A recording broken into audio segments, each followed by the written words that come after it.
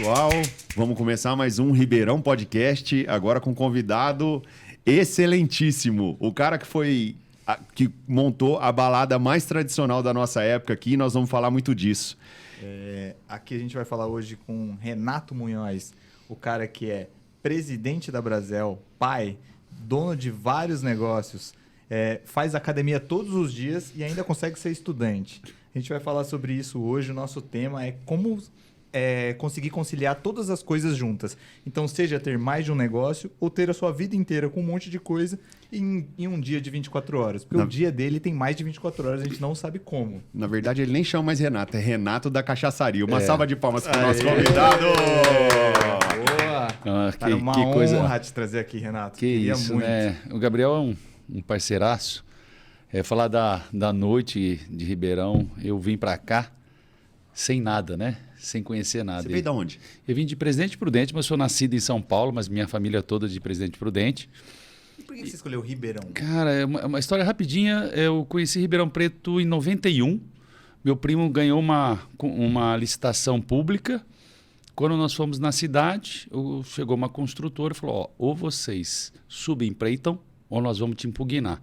Porque meu primo pegou um projeto, foi lá, montou o preço e ganhou. Sim. Só que tinha aquele esqueminha, né?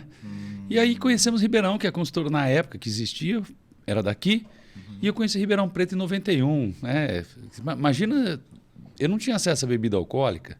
Eu tinha 18 para 19 anos. E eu nem bebia. Na verdade, o primeiro fogo meu, que não foi muito álcool, mas foi com 26 anos, já tinha montado a cachaçaria. Mas você veio para trabalhar com seu primo? A gente veio aqui para acertar os negócios e conhecemos Ribeirão. Na época Perfeito. Tinha o Breno, tinha o Flerte, o Pinguim e tal. Era um negócio, a 13 de maio, que era o concurso da época, Downtown. E o meu primeiro fogo foi na Downtown, cara. Mas eu fui num sábado, foi uma história muito louca.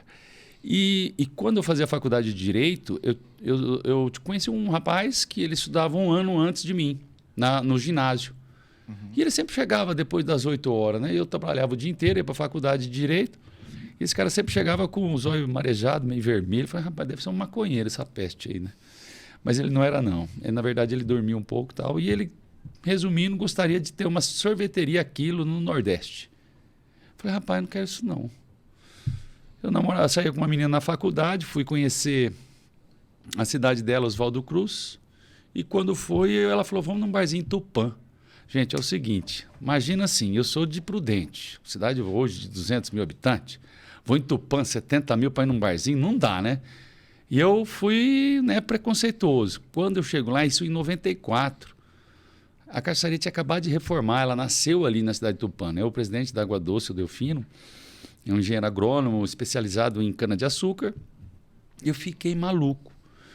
E quando eu voltei para Prudente, meu irmão levou na cachaçaria, eu falei, mas será que é a mesma? Eu não sei se pode falar um pouco de palavrão aqui, tá? Pode, mas a igreja lá tinha o padre que rezava a Maristela, a igreja da Maristela, e a cachaçaria de Prudente começou atrás, assim, quando o padre reza, atrás das costas do padre, né? Não vamos falar da outra coisa, né? Do cu do padre, né? Então ela começou, era pequenininha e eu gostei daquilo. Aí eu falei pro meu sócio, falei, rapaz, nós temos que montar um trem desse aí. Ele falou, mas não tem dinheiro. Eu falei, não tem problema. Nós vamos ver. Cheguei no dono da cachaçaria de Prudente, o franqueado, ele me deu todo o apoio. Eu era empregado de uma empresa de ônibus e fui para Tupã.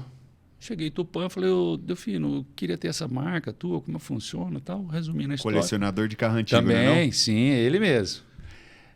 Fazer um brinde a ele aqui, ó, tem tradicionalmente aqui, ó. Esse aqui é das antigas. Os caras dão droga para viciado aqui. Trabalha melhor, viu? Eu também tive nessa cachaçaria, é o primeiro podcast que a gente tá bebendo, mas também trazer o Renato e não tomar uma cerveja... Não... Lá mas você sabe que trabalhando eu não bebo, da né? cachaça lá dentro. Tem um museu maravilhoso. Muito legal lá. E essa história eu já contei algumas vezes, mas eu quero ir para outros assuntos aqui, acho que vai ser o tema, mas só para contar um pouquinho. Claro, fica à vontade. E naquele momento ele perguntou, o que você mais gosta, Renato? Eu falei, eu gosto de carro, moto e mulher. Né? Eu falei, não sei a sequência. Não sei a sequência. Em algum momento eu preciso do carro para pegar a mulher, né? Ou da mulher para sair de moto, alguma coisa assim. E eu tinha uma moto 125, um carro também não era muita coisa. A gente era de uma família muito pobre. E eu falei, vou pagar com o meu carro, com a minha moto. E esse foi o insight para ele, né? Por isso que você só anda de nave hoje, você sofreu lá atrás, não, né? Mas eu parei agora eu parei. Eu não faço mais essas loucuras, já fiz bastante. E na época, o Delfino falou, ele tinha 42 anos, eu tinha 22. Fiz 26 anos de noite agora, dia 24 de abril, domingo. Caramba, que Fizemos legal. 26 anos aí. E aí começou a história. E nesse início, né, a segunda mais marcante, acho que a primeira foi tempo depois, mas o primeiro momento foi que a gente tinha pegado um carro emprestado da mãe do meu sócio, fiz um seguro, parcelado na época, nós estamos falando em 95, e eu trabalhava com um departamento de trânsito, eu parcelei, e quando eu fui dar o cheque, tinha acabado o talão, porque eu falei, olha, eu preciso da poupança, na época a poupança rendia um pouquinho, não sabia, tinha não tinha poupança nada, né? Eu precisava de um prazo mesmo, porque eu recebi meu acerto. Sim. E aí eu falei para ele, você segura o cheque, Marco? Para mim, seguro. Aí não tinha o cheque. Eu fiz o seguro, sem cheque, sem nada. Sim. E quando a gente saiu de Presidente Prudente, 50 quilômetros depois, tem duas cidades próximas que eu brinco, mas com todo respeito, que é Martinópolis e Rancharia, que eu falo Miserópolis e Micharia, né? Capotamos o carro, deu perda total no carro. Nossa. No primeiro dia que a gente vinha a ver um ponto. E deu PT no carro, fiquei só com o rosto um pouco inchado, mas nada grave, não teve nada. E quando a gente vai prosperar, o inimigo se levanta. Né? Impressionante. E de repente o meu sócio falou, não é para nós, tal. Cheguei na mãe da minha ex-namorada e tal, todo mundo chorando. Falei, não, tá tudo bem. Peguei o telefone e liguei, Marcos, você não sabe o que aconteceu, arrepio inteiro. Ele falou, PT? Eu falei, PT. Falei, cara, eu não paguei. Ele falou, fica tranquilo que tá pago. Mentira, ele tinha pago a parcela porque o cheque era predatado. Então, vamos supor, o pagamento teria que ser hoje. Eu dei um cheque para segunda. Ele pagou hoje e segunda. Mesmo sem um cheque. Mas eu trabalhava muito para ele dentro da empresa e a gente sempre teve esse respeito, né? De lado de trás. Então, naquele momento, eu falei para o meu sócio, olha, não é para desistir, não. É para a gente ver se a gente quer mesmo ir. E eu quero. Até porque agora você tinha o dinheiro, né? Não tinha nada. Não, mas quando deu PT, você receberia o dinheiro. Não, mas eu tive que quitar o carro, não era nosso. Era da mãe do meu sócio. Entendi. E aí, o que acontece nessa história toda? Eu ligo para um amigo meu que estava voltando para o Japão, tinha vindo do Japão, ficado em Ribeirão Preto. E eu falei, Noboro, quando você vai para Ribeirão? Falou, como é que ele chama? Noboro. Mauro Mitsunaga. O apelido dele é Noboro. É Mitsunaga, viu, gente? Mitsunaga, Mitsunaga. É o Noboro, né? Esse é um grande amigo. Faz tempo que eu não falo com ele. E aí, eu falei, Noboro, você vai quando para Ribeirão? Ele falou, amanhã. Eu falei, você me dá uma carona? E já no outro dia, mesmo ter capotado, perda total, a gente pegou carona. Boa. E aí começou essa história aqui em Ribeirão Preto, de tanto que eu amo, que eu tento todas as vezes que possível, como agora, agradecer à população de Ribeirão Preto, que me deu o que eu mais sonhei na minha vida, que é o trabalho e o respeito profissional. Pode até não gostar de mim, mas profissionalmente eu tento me dedicar diariamente aí para o trabalho, né? Por que você escolheu empreender quando você já ainda estava trabalhando lá? O que fez essa... Não, e mais do que isso, só finalizando o que você disse em relação a Ribeirão Preto, porque nos outros podcasts o pessoal também mostra, e muita gente dos outros que a gente fez, quem não ouviu, ouça aí, a gente já está no quinto episódio, né? As pessoas... Tem muito imigrante, mesmo que das outras regiões, né? As pessoas vêm, se encantam pela cidade e principalmente se encantam pelas pessoas. Sim. Todos que sentaram aqui falaram, nós ficamos encantados pelas pessoas, pela receptividade. Sim. E eu só dei valor aqui quando eu saí daqui e vi o tanto que eu amava essa região. E é por isso que o nome do nosso podcast é Ribeirão Podcast, porque a gente quer valorizar quem é daqui. Porque a gente, às vezes, tem mania de valorizar o que vem de fora. Não. A gente tem ouvido muitos podcasts das pessoas falando de grandes empresas, grandes negócios, mas muitas pessoas saíram daqui, têm suas origens aqui e a gente fomentou o negócio também no interior do estado de São Paulo. Sim. Então você com certeza é um dos caras desses, é por isso que você está nessa cadeira. Tenho gratidão mesmo, de verdade. Sim. Pode continuar. Não, ia perguntar do empreender. Por que você resolveu sair da empresa e empreender? Eu sempre fui meio destemido às vezes, né? E está bem no meu perfil comportamental, até fiz uma formação. E eu sou do perfil influente e dominante, né? Gosto de comunicar e gosto de desafio. A palavra do ouvido para mim é um problema. Não me fala, porque às vezes dá um start. E isso tem... Pouco competitivo? Comigo mesmo, total. Eu pedalo sozinho e não me permito chegar em segundo, entendeu? Esse último emprego meu, que é essa empresa de ônibus, Aviação Mota, eu queria crescer ali dentro. Eu tinha alguns privilégios, entre aspas, conquistados. Eu conseguia coisas que os outros não conseguiam dentro do departamento de trânsito, documentação. Uma história, a dona da empresa compra um carro para uma filha, eu vou em São Paulo, consigo a placa, emplaco com o nome, com as iniciais da filha dela, Bel 0076, não esqueço isso. Nós estamos falando em 95. Já estava em 94, perdão. Até porque hoje as placas Mercosul já baralhou. Então é Bel 0076, tinha ganhado um carro importado na época, era, se não me engano, um Honda Civic, tal. E aí ela pegou e falou assim, agora eu quero um para Beatriz. Mas eu falei, a senhora comprou o carro? Eu falei, ainda não, mas tem que arrumar a placa. E era a Beatriz da Mota Nemésio Faria. E aí eu fui atrás dessa placa. Cheguei lá no Detran, estava uma corrupção absurda naquele Detran, em 1994, vocês podem até pesquisar. E a minha corrupção era simples, eu vou falar para vocês. Eu levava a revista pornográfica de sexo. Era o que tinha na nossa época. Era foto, né? Então o cara transando, tirava foto e tal. Eu levava ovo caipira, queijo fresco, é o que eu levava. E eu ia para São Paulo, Presidente Prudente de São Paulo, e ainda na Casper Libero, né? Chegava na Casper Libero, pegava essas revistinhas e chegava lá para os delegados e entregava. Mas aí mudou tudo, o negócio ficou sério. Bom, os DUT saía tudo liberado. Vocês, os mais antigos vão se lembrar, você escolhia uma placa, eles davam um selinho que estava na sequência, numeração 01, 02, e a sequência. E eu achei Bia 1877. 18 anos e 77 anos que ela nasceu. Eu falei com o cara, me dá isso aqui que eu vou colocar no processo. Montei um processo, mas eu não tinha carro, eu só consegui a etiqueta. Eu garanti. Boa. Bom, isso também não podia muito, né? Mas não tinha uma ilegalidade, entre aspas, uma corrupção financeira, mas existia um relacionamento. Um lobby. E aí aconteceu que passou um tempo, veio o carro importado, montei todo o documento, chego em São Paulo, dou entrada no documento.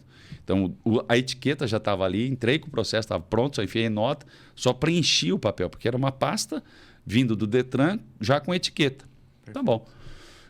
Semana seguinte, eu fui retirar o documento. Nisso, o delegado falou assim, me chamou lá, como é que você tem esse número aqui? Não, tá, isso aqui eu emplaquei aqui. Peguei a documentação aqui semana. Não, mas como? Está na lista. Falei, não sei. Ela me deu isso aqui. E é porque é a filha da dona da empresa, tal, foi explicando. De repente falou, bom, mas estranho. Não, não é estranho. Você tem procuração aqui dela? Falei, procuração dela? Eu lembrei que eu tinha da irmã, Beatriz, essa é a Isabel. Falei, tenho sim. Peguei uma pasta minha, aquelas pastas antigas, parecia aqueles vendedor ambulante, né? Caixeiro viajante. Tirei aquilo e peguei o nome da Isabel e tampei. Botei o dedão em cima aqui para mostrar. Aqui, doutor. Está aqui, ó, Beatriz, Isabel da Mota Nemésio Faria. Só que eu tampei o Beatriz. Não, o Isabel. Aí é Beatriz. Tá. Tudo bem. Catei o documento. Eu sempre fui um bom vendedor também. Boa. E fiquei com ele garantido. Aí a dona da empresa falou, Renato, e os documentos deu certo? Eu falei, ainda não. Porque eu não sabia se tinha dado certo. Porque eu entreguei tudo, mas eu não peguei o documento. Só acertei a parte da documentação burocrática. Eu tinha que pegar o CRLV. Fui no Detran, de Prudente. Tinha um menino lá que trabalhava. Você pode consultar uma placa para mim? Aí ele falou, qual é? Bia 1877. Está registrado já, Renata. Putz, ferrou. Quando eu fui descobrir, estava lá. Beatriz da Mota Nemésio Faria. Aí eu falei, putz, vitória. Consegui. Cheguei na dona da empresa, olha, de novo, arrepia. Essas histórias é legal, porque você vende bem. Falei, dona Maura. Ela era muito brava, dona Maura, mas ela gostava de mim. Eu falei assim, dona Maura, é o seguinte, eu não sei se deu certo o documento, eu tenho que ir para São Paulo. Mas eu também não tinha 100% da certeza, mas eu tinha uma certeza. Estava no Detran lá, tudo certo, comunicação. Fui para São Paulo, peguei a documentação, já com uma procuração, Beatriz, eu fui mais esperto, agora eu não pude, vai que o cara pede novamente, né? E cheguei na dona da empresa e falei, dona Maura, eu tenho... Porque ela falou que ia me dar um uísque, eu nem bebia. Mas era ganhar o presente. E o perfil comportamental influente, ele não está preocupado com o dinheiro, com nada. Ele está preocupado com ser reconhecido. Né? Esse é um dos perfis que eu tento melhorar hoje em dia. E aí, falei, a senhora tem dois problemas. Primeiro, que a senhora vai ter que dar o uísque para mim. E está aqui o documento. O documento. Ficou doido comigo. Então, olhando nisso, por que você não quis empreender? Nem sei que era empreender. Eu quis, na verdade, crescer e ali dentro eu não ia crescer, porque muitos diretores antigos só iam sair, se morressem, tinha uma sucessão. Então, eu não me vi lá dentro. Perfeito. E por incrível que pareça, o meu pai se perdeu com a bebida aí, nessa história toda. Eu fui ganhar minha vida com bebida alcoólica. E dentro da cachaçaria, nunca tive o hábito de beber com cliente, nunca me confundi com isso. E aí a gente acaba criando uma doutrina, né? E você veio sozinho pra cá, então, 28 Eu vim 23 você não bebia, anos. mas você iniciou muita gente, viu? Eu ingressei, né? E eu tenho orgulho sobre isso, tá? Boa. Shopping Antártica, eu lembro que teve um concurso. Ganhamos, eu fui pra Bélgica. Real Academia do Chopp. Isso aí, ó. E aí vocês ganharam. Eu fui pra Bélgica, Tinha um competi. cervejeiro lá, o cara falava isso, porque eu quase não ia também, né? Tá sabendo mais que eu, nem sabia louco, disso pai, tudo. Aquela estouro, da recepção pra frente era tudo amigo. É. Aí o cara, ele falava, não, porque nós ganhamos, tipo assim, empoderado, sabe, É cara? isso Eu aí. achei aquilo muito legal. Porque, cara, você tá na terra do pinguim. Sim. Esquece, cara. Você é a terra do pinguim. É. Você briga pra ser o segundo, porque o mais reconhecido é o pinguim. A gente No sai mundo, hein? daqui. Pinguim é no mundo, hein? A gente sai daqui, cara. O cara lembra mais do pinguim do que de Ribeirão. Impressionante. É. Sim. E aí, aliás, bom. E aí você pega e consegue ganhar um prêmio aqui dentro, cara. Não é pouca coisa. A gente ganhou o prêmio assim. A gente ganhou todos os especialistas que teve da Ambev, nós temos todos. Nós ganhamos o brasileiro. Como é que chama o garçom que ganhou? O garçom é o chopeiro. Chopeiro. Era o meio quilo na época. Meio quilo. Nós fomos para a Bélgica. E na Bélgica existe uma cultura da tirar chopp, que era o Hugarden.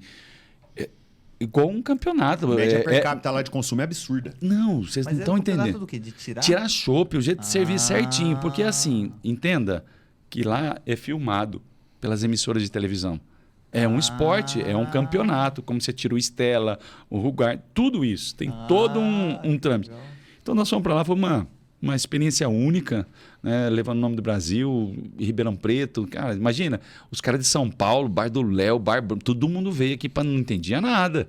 Como que esse cara foi e nós não fomos, né? Que legal. Então Ribeirão tem muito essa cultura. A gente tem que valorizar Ribeirão Preto, agora com mais de 15 micro cervejarias aí, está voltando às raízes dela quando ele iniciou. É um negócio muito louco. Verdade. E Ribeirão Preto, não sei se vocês sabem, vocês estão bem antenados, é mercado teste para a Ambev e para a Diageo. A Diageo é uma palavra um pouco mais complicada, é dona da marca Johnny Walker, Smirnoff, é a maior empresa de destilado do mundo.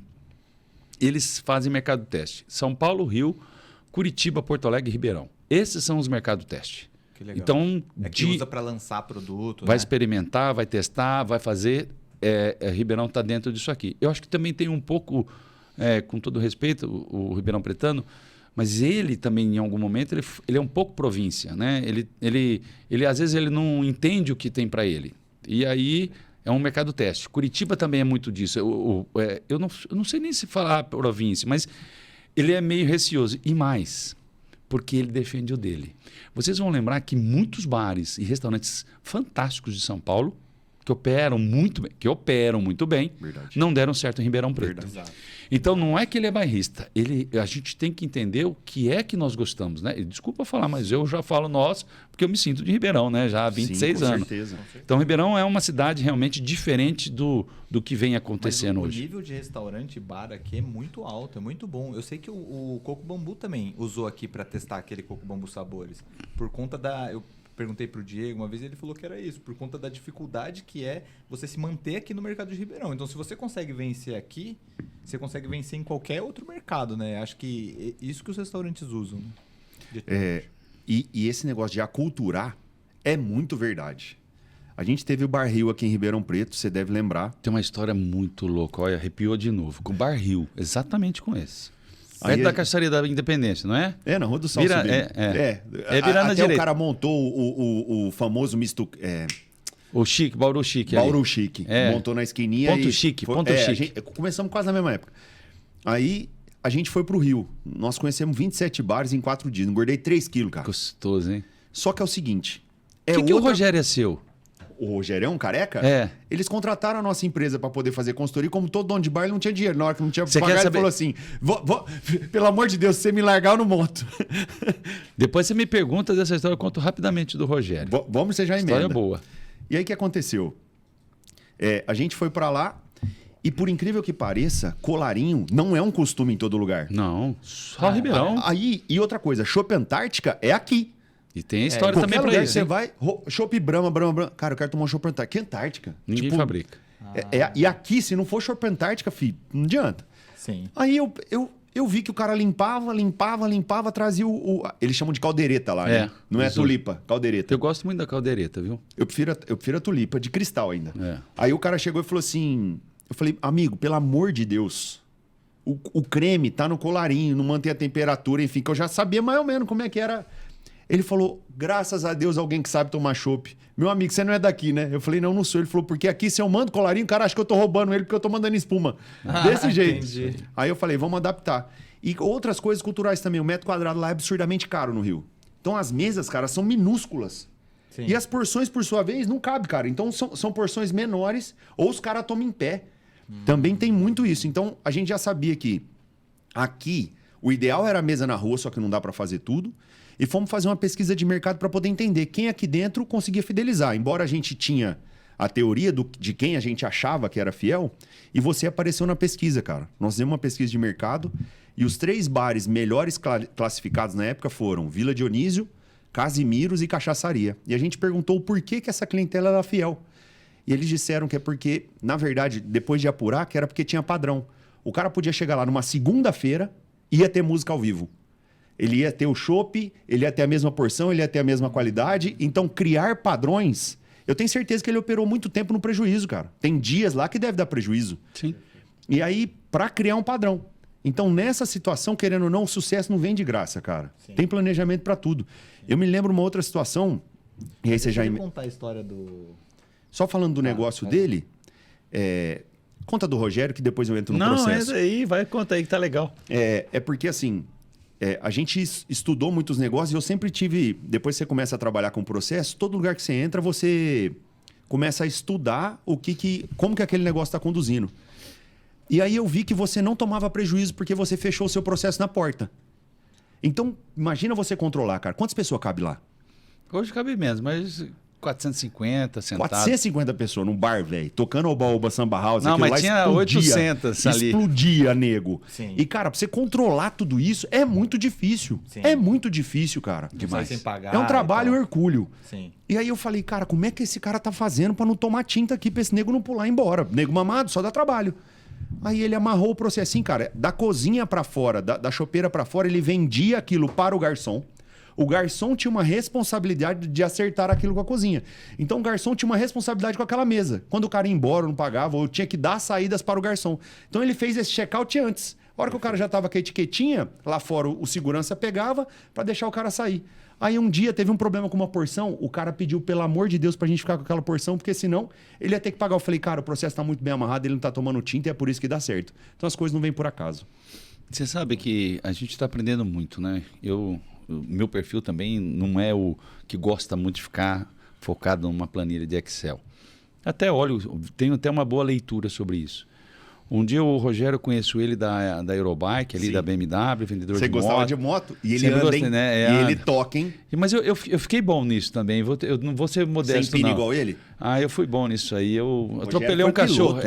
Eu fiz curso nos Estados Unidos, fui pilotar, fui fazer uns negócios. Me aventurei. Mas o Rogério bateu lá na porta da carceria e falou, Renato, queria conversar com você. Eu falei, perfeitamente. Entramos lá no escritório e lá tem umas 4 Nossa Senhora de Aparecida, lá sou muito devoto. E veio perguntando o que eu achava dele montar um bar. Eu falei, Rogério, cara, acho legal tal, mas eu tô vendo aqui o Bar Rio para comprar. Eu falei, mas quem que tá comprando? Eu e mais 2 primos, se eu não me engano. Isso mesmo. Espero que o Rogério escuta isso, porque eu gosto demais dele, porque foi muito bom. Vou marcar ele na postagem. Pode marcar, vou ficar muito feliz. E ele sentou ali, e eu lembro que muito tempo atrás tinha um bar do Peixinho, do lado da Igreja Nossa Senhora de Aparecida, que era um cara que foi famoso, Maza, bar do Peixe ali. E esse cara comprou o bar do Peixe e a cachaçaria começou a crescer na época. Estou falando 98, Eduardo Peixinho era presidente Vargas também. Mas ele começou ali na Portugal, do lado da igreja. Tá. Do lado da igreja. E ele perguntou assim para mim, Renato, você acha que eu devo reformar meu bar? Aí Deus falou assim, vê o que você vai falar. Falei, vamos lá no seu bar. Olha como é que fica, o trem é louco. E aí parei na frente da igreja, porque para ir de encontro nessa história. Aí eu falei, um cara bem arrumado, camiseta polo, menino bom. Falei, você viria nesse bar aqui? Dá uma olhada. Porque era o meu concorrente. E eu não tinha experiência, não fiz formação acadêmica, nada. Mas tem muito mais além de você gostar do sucesso do próximo do que qualquer outra coisa. E não se sentir incomodado. Você viria? Ele falou, não, então reforma. Esse é o objetivo, reforme. E aí o Rogério lá dentro, eu olhei para as 4 Nossa Senhora de Aparecida, lembrei desse caso. Eu vou falar a verdade. Falei, Rogério, o que você gostaria que eu falasse? O que você quer ouvir ou o que eu tenho para falar? Sendo que eu não sei tudo. Eu simplesmente vivi um período talvez maior que o seu. Eu fosse você, eu não montaria o bar. Eu não montaria o bar porque eu vejo outra oportunidade de negócio seu. Você está bem dentro da Eurobike, você vende bem. O seu pai está bombando com os estacionamentos. Eu tocaria os estacionamentos. Outro cara 10 também. O seu Luiz. Sensacional. Faz tempo que eu não vejo ele. Seu Luiz, um beijo, um abraço. Tivemos tanta coisa boa. E, de repente, eu falei para ele, você trabalha no sábado, vai ser um dia um pouco mais puxado, mas a jornada é mais curta. Você apoia seu pai de sexta e sábado, entende o negócio dele e toca. Mas essa aqui é uma opinião. O bar, eu não estou vendo uma pessoa que vai fazer a gestão dele, que tenha conhecimento. Os teus primos não têm, você não tem só a boa vontade, não vai dar certo. Eu não montaria. Naquele dia, acho que o Rogério, não sei, né? Mas naquele dia o Rogério não foi feliz comigo. Foi embora com uma mágoa. E nós nunca mais nos falamos. Montou o bar. Infelizmente teve insucesso, eu também tenho um insucesso. Não há um problema com isso. Só tem insucesso quem tentou. Quem não tentou não vai ter insucesso. Exato. Eu prefiro ter insucesso. Sim. Né? Que eu posso ter o sucesso. A chance é maior, né? E só fazendo uma janela. Diz que dos bilionários, a média que eles quebraram antes de alcançar o sucesso é 2 vezes. Média. Então, o que mais ensina empresário é o quê? A derrota. Com certeza. E aí, fui num rodeio, encontro com quem? Com o Rogério. Rogério, putz, cara, tô mais de ano tentando falar com você. Eu falei, que foi, cara? Eu queria te pedir desculpa. Eu falei, desculpa por quê? Aquele dia fui lá, eu fiquei chateado e tal. Eu falei, cara, nada a ver, feliz da vida, porque graças a Deus eu não guardo mágoa. Eu sou um caboclo que leva muita pedrada e não guardo mágoa. Mas quando eu guardo também não é nada bom. E um dia eu estava chegando na carceria da Portugal, entrando assim, eu vejo um carequinha ali. E ele conversando com um cara, ele contando essa história. E eu chegando, e era eu. Então, às vezes, a gente não fala as coisas porque a gente quer o mal ou qualquer outra coisa. É porque talvez a gente tenha uma visão. A gente tem que se especializar cada vez mais. Não tem mais amadores em todos os setores. A competição é muito maior, é muito mais exigente. E quando alguém fala aquilo que você não gostaria de ouvir, talvez parece que essa pessoa não quer nada com você. Na verdade, é o contrário. Talvez ela quer falar, porque amigo que gosta de verdade fala aquilo que é preciso ser falado. Com não certeza. Necessariamente é o que eu teria razão no momento. Mas, infelizmente, acabou não dando certo. Renato, só pegando o gancho, você foi muito feliz na sua colocação, não só para esse mercado. A gente tem a empresa de consultoria, a Aguilar & Price Consultoria, a Sonar, a empresa de BI. E a gente não se apresentou no começo do podcast, né, Gabi? É verdade, né? Ô, louco. Tinha até esquecido. E aí, as pessoas às vezes procuram a gente para fazer um plano de negócio. Foi o caso do Barril. E eles foram felizes. E eu tenho certeza que essa semente, quem plantou, talvez hoje entendendo o negócio, foi você. Porque senão ele não teria procurado. E eu acho que viveu por um período porque teve planejamento. Nós ficamos 13 meses planejando aquele bar. Eles realmente não tinham expertise alguma. Alguma. E você tinha toda a razão em tudo que você estava colocando para ele. Mas você sabe que nessa história toda, é que talvez, e no entendimento, numa minha última sociedade, é o que está bem definido, né? Quem faz o quê? Quem faz o quê e como faz. Esses dias vieram para falar comigo, um amigo meu, para dar uma consultoria num bar que ele vai abrir, mas eu não podia falar o que é, não sei o quê. Eu falei, mas onde é? Eu falei, mas não estou te entendendo. E minha esposa falou, você precisa começar a cobrar. Você ajuda muito. Eu falei, bom, já que você não quer me contar, eu preciso dar uma consultoria para você, eu vou precisar cobrar. Você vê com os teus sócios aí, Porque não dá. Eu dei umas luzes para ele. Falei, ó, quem vai trabalhar? Ah, todo mundo vai. Eu falei, não, esquece todo mundo.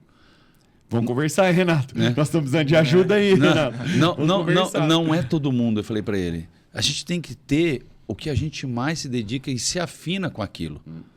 E então, eu posso entrar para o marketing, mas eu tenho que saber aonde eu vou atuar. Sim. Porque não adianta. Porque se você quer montar comigo uma sociedade, você quer o quê? O meu know-how. Claro. A minha expertise. Beleza, até aí tudo bem. Precisamos definir o que é, quem faz, quem não faz. Não é só o dinheiro, porque daqui a pouco os caras têm muito dinheiro, você fica com 10% do investimento, o cara tem 90%, o negócio cresce e ele te engole. Sim. Exato. E aí, como é que você faz? Exato. Então, você tem que estar muito preparado para isso. Né? Cada vez mais a gente se especializa. E eu vou dizer para vocês, eu tenho 50 anos, fiz agora em dezembro. Me considero um jovem, né? Vou todo dia na academia porque, apesar do punho, sei lá, não posso falar tendinite, que é o ombro ruim, que eu devo ir na fisioterapia na terça, é um remédio. Mas se eu tivesse uma formação acadêmica, talvez eu não teria feito um monte de coisa que eu fiz errado. E principalmente sobre direitos e deveres. Né? A administração traz muito esse conhecimento. E a faculdade de Direito que eu não terminei traria uma clareza maior. Não necessariamente uma formação completa, alguma coisa. Então, hoje eu saberia escolher um consultor financeiro, uma pessoa do marketing, começar a estruturar melhor o nosso negócio. Porque eu sempre tive isso. A pandemia acabou roubando um pouco das minhas estruturas, porque a gente teve que diminuir para poder sobreviver. Mas você percebe que o mercado hoje, ninguém entra mais ou menos. Ou eu entro... Sobrevive, né? Não sobrevive. E quando você fala de Ribeirão, os restaurantes, essas coisas, pensa o seguinte, qual que é a cidade que traz a tendência do Brasil? Ribeirão, com certeza. Não, a cidade. Qual a cidade que traz tendência? São Paulo? São Paulo. Quantos quilômetros nós estamos de São Paulo? 300. Para eu passar uma semana em uns 30 bares, é difícil ou é fácil? Fácil. Ribeirão Preto comunica interior, sim, mas com tendência de quê? De São Paulo. Começa a olhar os bares novos que abriram. Tendência de quê? São Paulo. De São Paulo. Sim. Tour em São Paulo. Então, São Paulo dita... Tatu Bola veio para cá agora. Sim. O Tatu Bola veio para cá, mas com uma identidade legal de interior também. Tem aquela pegada. Se você olhar, ele tem isso daí. Em São Paulo é mais ou menos igual. Né? Com a precificação mais de mercado daqui, local. Ele não está fugindo muito, porque muita gente que veio de São Paulo veio com preço de São Paulo. Não funciona. Então, mas, entrando nessa parte que você falou de sociedade, a cachaçaria era você e mais um sócio. Isso até 97, quando eu separei a sociedade. Aí é uma história, tem um caso muito legal, não sei se dá para falar rapidamente, que é o ponto mais importante, foi a virada de chave. É aceitar como chama? As alavancas ou turning... Como é que é o nome? Point. Turning point. Pode ser. E, na verdade, Deus comunica. Quem tem sua fé, talvez eu tenha aqueles que não acreditam, mas acho que vem uma mensagem. Vamos falar uma mensagem. Eu tive... Muita gente não sabe, né? Eu falei agora para o menino o que era cabaço, né? Ele não sabia que era, porque também um velho, deve ter uns 20 e poucos anos aqui, né? Então não sabe, né? Então, eu tive entre cheque devolvido, a linha 12, que bateu e voltou, e protesto 170. Isso em 97. 97, estava quebrado. Tem é um monte de história aí, né, e por que aconteceu, tá? Enfim. Mas esse é o outro momento. Esse é o momento da virada mesmo. Ali foi quando virou. Eu tive entre corte de água e de luz, energia, 30. Caramba. Durante um período. 30 cortes. Corta, vai lá, paga e vai. Chegou um determinado momento, depois de separar da sociedade, a pé, não tinha carro, eu ia trabalhar a pé, eu fazia compra no mercado com carro de funcionário. E aí cortaram a água. Eu morava do lado da Carceria da Portugal, onde eu iniciei. A dona Ana Jaraci, minha funcionária que trabalhou 18 anos comigo, um beijo no coração dela, está no meu coração eternamente. Ela coloca a pedrinha de novo. Eu falei, dona Jaraci, já vi? Falou, não, agora foi a CPFL, Renato. E aí eu entrei em pânico naquele momento. Naquele momento entrei em pânico porque ferrou. Eu vou pegar uma meia para vestir, eu acho um talão de cheque. Falei, beleza. Estava lá, quando eu vi 2 folhas, falei, estou arrumado. Uma para o DAERP e uma para a CPFL. Chego no DAERP, na minha cabeça tinha um Marquinho, um cara que ia ajudar. Eu já tinha um reparcelamento de uma dívida. Então, eu tinha uma dívida, a dívida atrasada e conta atrasada. Então, tinha um monte de coisa atrasada. Isso aí. CPFL tinha 7 contas, 8 contas de energia atrasada. Não cortava tanto assim como era um negócio diferente. De repente... Não tinha como ficar fechado lá dentro para não atender, né? Não, mas... E eu convivendo isso, atendendo, um negócio maluco. Você tem que estar feliz ali na noite e tal. De repente, eu vejo que não é 2 folhas de cheque. Uma é requisição. Antes da última folha, tinha uma requisição. Para pedir outro talão. Exato. Mas você escolheu. Não, eu já sei. Vou dar um jeito com o Marquinhos. A folha no meio. Não, vou mandar, vou lá no Marquinho, o Marquinho vai fazer um trem para mim. Não sei o que ele vai fazer. Chego na DAERP, saí da Portugal ali, vou correndo até ali a Francisco Junqueira, que está ali a DAERP ali. Marquinho tá aí, Marquinho tá de férias. Rapaz, eu fiquei mais branco que essa luz que tá ali. Nem sei o que é que tá ali em cima, que tá me vendo ali. Mais branca. A menina falou que tá tudo bem. Aí deu uma tremedeira, comecei a passar meio que mal. Falei, não, preciso falar com ele, que cortou minha água. Fui explicando para uma senhora que ela trabalha até hoje lá. Ela falou assim, tem aquela senhora ali, a japonesa ali, aquela moça, mas ela não... Não libera, não. Ela é... Caxias. Total. Cheguei lá, bom dia, tudo bem? Eu tô com umas contas atrasadas no reparcelamento, eu preciso... fazer ligar a água aí, mas só que eu posso pagar só segunda-feira. Falou, então paga lá. Falei, não, segunda, eu não posso pagar hoje. Eu tenho um cheque aqui, não, então faz o cheque. Falei, não, cheque é sem fundo, cheque é sem fundo. E eu vou dar lá na CPFL, eu não posso dar aqui, porque lá na CPFL é mais difícil. E o Marquinhos, mas o Marquinhos não está aqui, o Marquinhos não manda nada, quem manda aqui sou eu. Falou, não posso fazer nada. Nisso ela baixou a cabeça e continuou escrevendo, como nessa mesa aqui.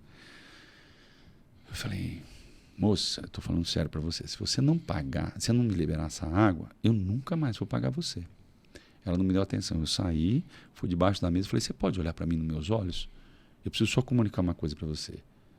Eu dou minha palavra que se você me liberar a água hoje, segunda-feira eu venho te pagar. Não tudo. Vou pagar o atrasado. Ah, mas você não pagou. Não, estou dando minha palavra. Eu vou priorizar você. Eu preciso de você para poder vender. Sem você eu não consigo. Eu tenho R$50 aqui. E o que eu posso pagar a taxa de emergência, que era R$37. Ele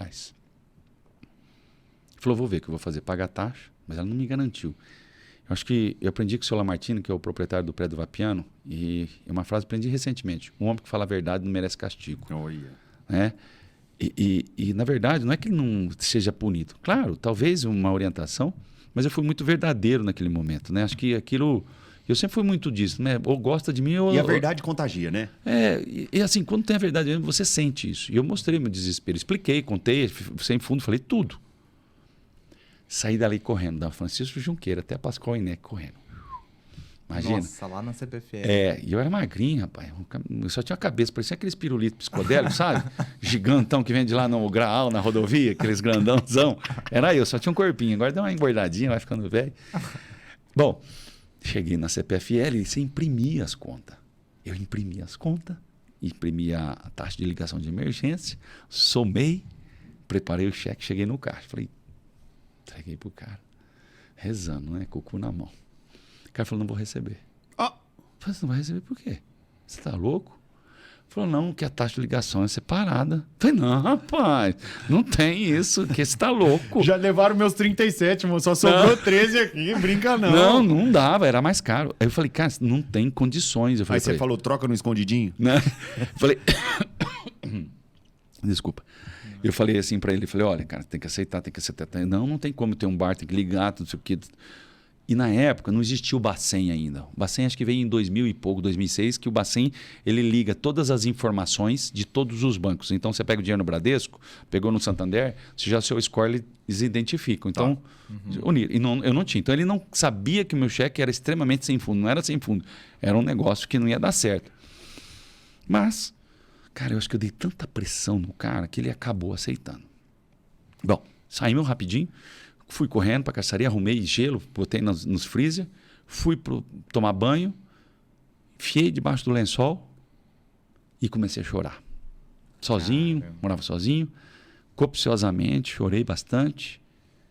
E como eu morava do lado, eu abri a janela, uma janela de aço, olhei, estava a iluminação ali acesa, falei, ligou a CPFL. Falei, agora vamos ver. Quando eu saí, tinha uma motinha da 135 da da Yamaha lá, Da Herp tirando o lacre. O lacre era só dar um chute que ele saía, mas eu não tinha coragem, né? Eu sou meio cagão para as coisas erradas. Bom, trabalhou a sexta normal, no sábado, preparado para um bom faturamento que a gente tinha, mas era, estou falando 97, 98, negócio muito, muito começo. De repente, o Senhor Jesus Cristo manda um monte de chuva. Rapaz, eu atendendo de garçom, justamente com uma munhequeira assim, eu parei no meio do salão da Carceria da Portugal e mandei Deus pra puta que pariu. Xinguei tudo, Deus. Mas xinguei mesmo, blasfemou. Cara, fiz e me redimi rapidamente, porque naquele momento a Portugal alagada, os clientes não indo embora. Tem o Pedro, que ele foi dono ali do Cipó Corimbó. O Pedrão estava naquele dia tomando uma morrita de 7,9. O Pedro estava lá e ninguém ia embora. Eu não entendia por que ninguém ia embora. Né? Eu fui entender hoje porque acho que o cara não ia embora, porque ele ia se molhar mais lá fora do que aqui dentro. Então ele ia se molhar de qualquer jeito. Ele decidiu, então eu molho bebendo do que molhar sem beber. Vamos lá. E nisso passa uma picape da Fiat 147, os antigos vão lembrar, um Fiat 147 picape, que é pequenininha, cheio de caixa de hortaliça. Eu falei, rapaz, eu preciso, do nada, um insight maluco e tal. Eu falei, do nada, eu preciso de água, preciso de hortaliça. Falei, Deus, a partir de hoje não reclamo mais de nada. Seja o que Deus quiser, seja o que você quiser. A partir de hoje, tudo que o Senhor me mandar, eu vou aceitar. O bom e o ruim. Olha só. Vamos embora. Aquele sábado da história foi o sábado que eu mais vendi. Ô, glória. Naquela época. Glória. Caramba, que legal. E ali foi a virada de chave, de negócio. Tinha muita coisa para fazer, muita história para contar sobre isso. Né? Mas dizendo que a gente tem que... Hoje fala de resiliência, né? Acreditar realmente no seu propósito. Né? Renato, não tem um profeta na Bíblia que não tenha aprendido antes de passar pelo deserto. Então é o deserto que ensina. Exato. Se você não tivesse passado... Hoje, olhando para trás... Sim. Se você não tivesse passado por aquilo, você não tinha o couro grosso para estar preparado para uma situação que veio. Sim. E agora, depois dessa virada, eu quero que você conte o seguinte. A cachaçaria sempre foi ícone. Já te falei da pesquisa de Sim. mercado. E todo mundo que eu sentar, da minha idade aqui, da faixa dos 40 anos, 35 anos para frente, Sim. todo mundo rebentou naquilo lá. Era sucesso. Porque não tinha WhatsApp, não tinha Tinder, não tinha nada, filho. Era cachaçaria. E era cachaçaria. Transa, né? E transar, né? Muito. Rapaz, não. Minha nega, nada disso, viu? Tô brincando. A gente ia lá só pra rabiscar o salão. E aí, aquilo lá bombava, explodia, tal. Como que você fez, ou o que você acha que fez a cachaçaria ser o ícone durante tanto tempo? Por quê? Não é difícil chegar. É difícil se manter. Porque Ribeirão Pretano também tem uma situação. Tudo que vem novo, bomba. Mas em tudo na vida, tá? Todo mundo vai lá e dá uma mordidinha. Ribeirão Pretano é muito assim. Dá uma mordidinha e fala, gostei ou não gostei. Sim. Esse gostei ou não gostei é que vai manter no longo prazo. Porque a novidade todo mundo quer ver. Então eu já vi, eu chamo de facelift. Você foi lá, deu uma arrumada agora, deu um tapa na frente. Tem uma melhor para isso. Plantou os capinhos ali. Mas eu quero saber, sua estratégia para se manter nessa situação durante tantos anos. Cara, eu sempre fui muito obstinado pelo melhor, né? Sempre fui, né? Eu acho que muito do meu perfil também. Eu nunca gostei de ser o segundo. Nunca. A Carceria da Independência, quando eu fui montar, ela não sabia o tamanho dela. Eu acho que eu tinha 240 mil reais, ficou 1.200.000. Estamos falando em 2002. Fazem 20 anos. Estamos lá. Olha que loucura que é isso. E eu sempre destinei a ter o melhor para os meus clientes. Pode ser até assim, redundante, você ter o melhor. Não. Você entra lá no meu estoque e você vai ver o que eu trabalho. Não tem. Se a franquia, né, pede um produto, eu sempre procuro o melhor. Qual a melhor marca? Se tem, eu vou atrás disso. Quando você fala de padrão, Ribeirão Preto e o mercado antigamente, eu sou amigo do dono, manda uma porção maior, aí você via a porção do lado lá do frango passeio do cara, era maior que a sua. Eu falei, mas gente, tô com lepra, que o cara não me dá um atendimento. E o franchise traz muito isso, né? A franquia trouxe. Eu fui o primeiro franqueado a ter uma balança digital. Porque na época era uma medida de porção com uma cumbuca de cerâmica, de barro, e eu decidi pesar. Era 650 gramas de porção. Então, eu sempre cuidei sobre isso. Sempre de fazer o melhor. Então, se você olhar na Carceria da Independência, quando eu construo aquilo ali, ainda continua sendo o maior bar de Ribeirão Preto, tá? Bar. Acredito que o Coco Bambu seja maior hoje, mas de bar mesmo, estrutura, bar, nós somos o maior em rua. Não estou dizendo que isso é melhor ou pior, mas eu estou dizendo que numa época de 20 anos atrás. Sim. que era totalmente diferente, de bares menores e tudo. Então a carceria sempre entregou aquilo que ela prometia. Então eu vou te entregar. Não estou dizendo que eu não salgo, eu não queimo. E tenha certeza que meu funcionário ou eu não acordo para fazer o errado. Como eu sou um bom ser humano, eu gosto de pedir desculpa. Errei, posso melhorar. O que você deseja? Vamos embora. Né? Todo mundo erra. Quem não erra? Eu já errei hoje umas 30 vezes, no mínimo. Então a carceria sempre teve esse cuidado. Várias vezes eu tenho, às vezes tem ausência de colaborador, pode faltar, ficar doente, várias coisas no final de semana. Eu abri mão de praças de mesa, de tirar 20 mesas da casa. E não ter, porque a partir do momento que o cliente entra ali, ele quer ser atendido. Ele fala na fila, não, pode deixar entrar, não tem problema se atrasar. Eu tive a experiência, não funciona. Sentou, ele é rei. Trate-o igual, porque a diferença de Deus e o cliente só tem uma. Deus perdoa, o cliente não. Sabe? Então, esse facelift eu trato um pouquinho melhor. Eu faço uma analogia. É um pouco masculina, um pouco chata, mas é como ir à zona. Sabe? Você vai numa casa de prostituição, sempre tem uma menininha bonitinha, novinha, e a carceria inaugurou, bonitinha, gostosinha, todo mundo olhava. Depois vai caindo. Aí vai passando o tempo, os caras vão querendo novidade. Aí eu, inteligentemente, né, eu vou lá, faço um silicone, né, faço uma lipo, que é uma reforma. Na hora que tá bonitona, aí o cara entra lá e fala, nossa, a puta velha tá bonita, hein? Quando vê, tem uma mais nova, que é outro bar novo. Sim. Então eu tenho que ter um propósito pro cliente. Ele sabe o que encontra. 26 anos de cachaçaria, 25 anos que eu estou com o mesmo fornecedor de mussarela, 25 anos que eu estou com o mesmo fornecedor de mandioca e 26 anos que eu faço a carne de sol. Rapaz, porque seu escondidinho... Ó, quem não comeu tem que ir. Porque o escondidinho dele... Mas não é que ele é o melhor. Eu queria saber se é um segredo, se é da franquia, ou se é o fornecedor, então, a gente se é produto ou se é a tia Neia. É a tia Neia, Tia Neia tá 23, 24 anos comigo. Porque no iFood, a descrição da sua feijoada é uma poesia pra tia Neia, Fui eu que escrevi aquilo. Muito... Ah, é? Fui eu, não sou marqueteiro, mas é sincero. Mas porque tem padrão. Então, você tem padrão. Porque vamos supor que eu venho uma próxima vez aqui, você não me dá uma cerveja. Eu já tenho uma expectativa. Perfeito. Tá? Então a gente cria essa expectativa e você tem que manter. A nossa é chopp, viu, quando a gente falar. Ah, é. E você sabe que é legal, Ribeirão, apesar de tudo, né, tem uma história porque tem que ter chopp pinguim, porque tem chopp Antártico, para existir o pinguim, é uma coisa muito ligada com a outra, Ambev e pinguim, tá?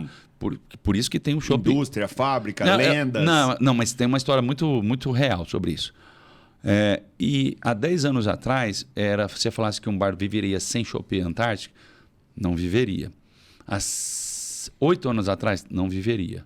Há 5 anos, vários bares estão trabalhando com outros tipos de marca de cerveja sem ser da Ambev, que é Antártica e outros produtos.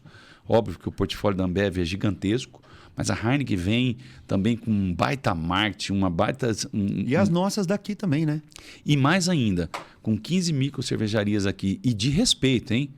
De respeito. Olha, Rodrigo Silveira ganhou com a Invicta lá, prêmio atrás de prêmio, Lund... Tudo, não. Aquela da Anhanguera SP... P330, a Californication, né?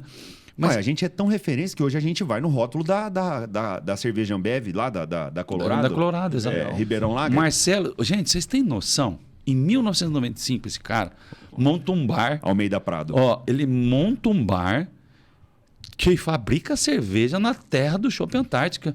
E aqui ninguém aceitaria. Você está falando cachaça? Não, da Colorado. Onde era da cervejaria Colorado. Que depois onde é o Shoptime. Onde era o Shoptime. Aí ele para com o bar. Ele para com o bar. É que vocês são mais... Ele para com o bar. Ele para com o bar. O CHF começou a fazer uma festa lá de domingo também. CH é um grande amigo. E aí, rapaz, ele para com o bar porque não dá certo, que o povo não aceitava. Sim. E ele vai lá continuando com a cerveja. Se eu não me engano, acho que é a primeira IPA do Brasil. O Marcelo, o cara faz um negócio absurdo. Um visionário. E tido por louco pela própria família. Nós estivemos lá. Tem um cara... É engraçado que isso que você falou, fazendo um parênteses aqui, a situação do provinciano é o seguinte. O cara vem de São Paulo para cá, às vezes ele não conseguia acessar as pessoas. E a gente conseguia acessar. Então veio uma empresa de M&A, Manager and Acquisitions, se eu não me engano a sigla é essa. Compra, venda e fusão, né? Venda e fusão. E aí ele queria acessar, ele tinha um mandato de compra de 2 empresas. A Pague Menos, que tinha aberto o mercado, e ele queria comprar a Droga Líder na época, que a Droga Líder tinha comprado a Droga Leve, quem é de Ribeirão sabe.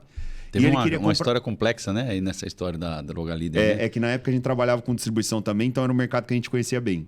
E ele queria comprar Colorado. Os caras da Guaraviton do Rio de Janeiro queriam comprar Colorado. Olha aí.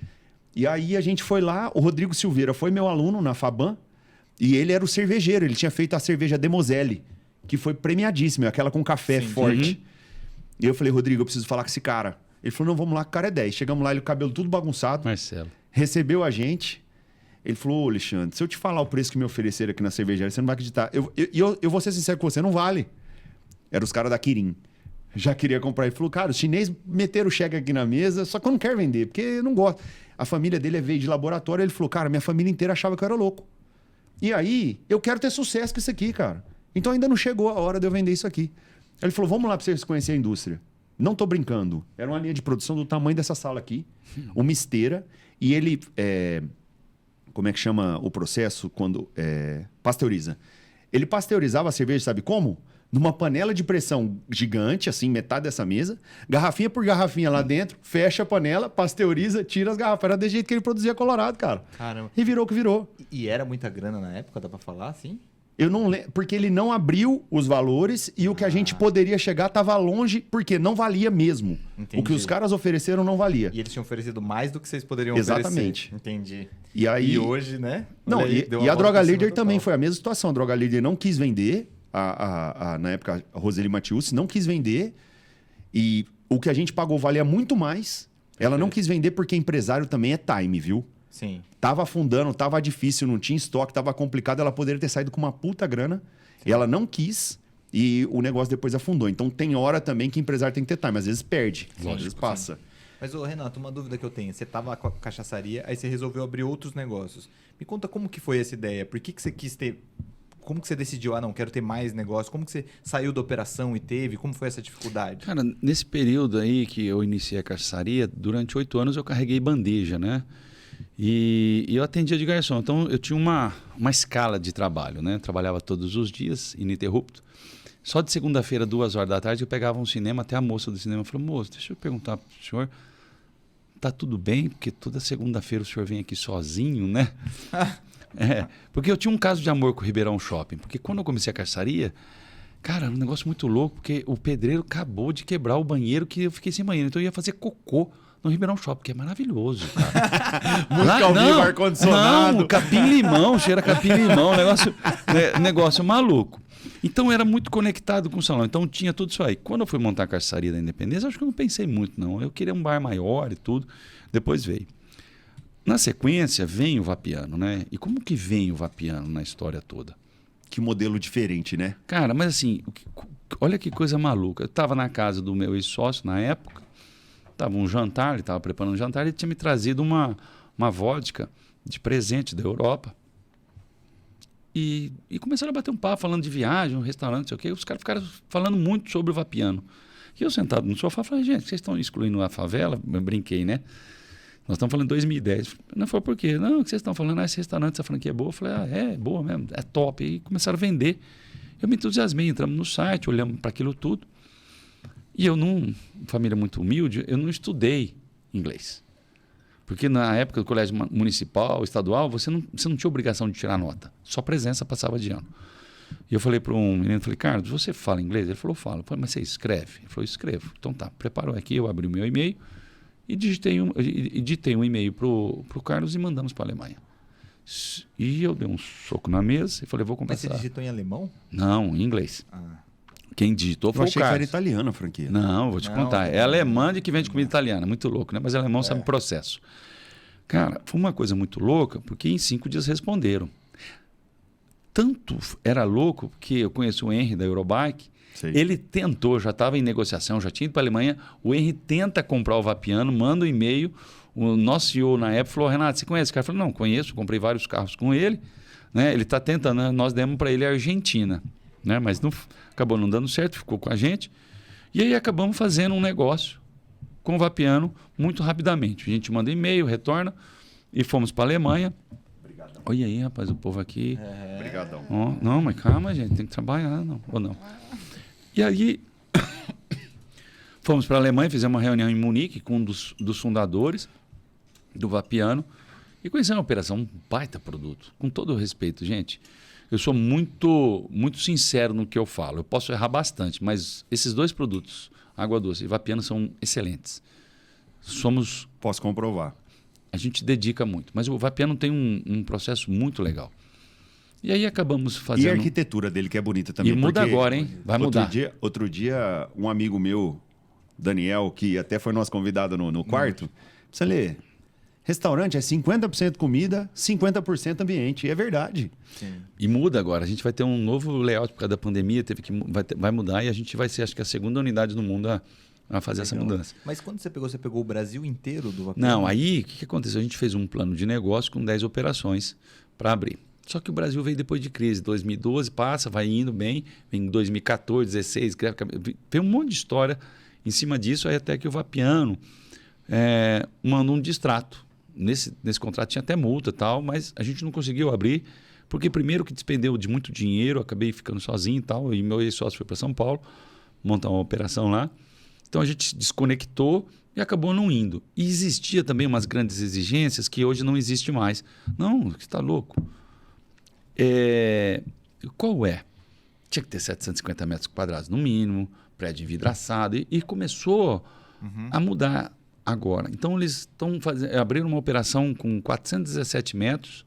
Essa operação ainda tem 417 metros porque tem uma área de descanso para os colaboradores ali fazerem alojamento, mas até menor consegue se for dentro de um shopping tudo. Então mudou muito. Eu lembro em 2011, antes de abrir o Vapiano, nós fomos para Paris, na convenção do Vapiano em Paris. A gente não tinha aberto a operação ainda e já tínhamos assinado o contrato. E eu acabei discursando, sem falar inglês, lá, porque fizemos uma noite lá no Moulin Rouge, lá, se não me engano. E aí eu fiquei... 7-1 mesmo, hein? Não, você discursou na gringa sem falar o inglês. Não, é louco. Eu vou te contar rapidinho. Todo mundo aplaudiu? Pô, foi louco. Porque assim... Ele dançou no Moulin Rouge. Eu não sei, acho que a gente tem... Eu tenho uma... apesar de tomar pancada, eu já não tô com couro bom. Eu tô cascudo, igual tartaruga, entendeu? E eu contei mais um pouco da história, porque um dos mexicanos, amigos meus, mandei uma mensagem esse dia para ele. Estava lá na... não é Cancún, como é que é o nome da outra cidade agora famosa do México? Eu vou lembrar. E ele falou, cara, como é que você veio parar no Vapiano? Cidade do México. Não, onde é Acapulco. Ele tem um apartamento lá. Ele falou, como é que você veio parar? E eu, do meu jeitão, tentando falar o portunhol, né? Hoje eu falo até um pouco melhor o espanhol por vivência. Chaves divulgou Acapulco pro mundo, né? Mas sabe quem divulgou? Foi o Elvis Presley. Os filmes dele, assiste o filme do Elvis Presley, que ele pula do penhasco e tal, muito legal. E aí eu contei minha história profissional.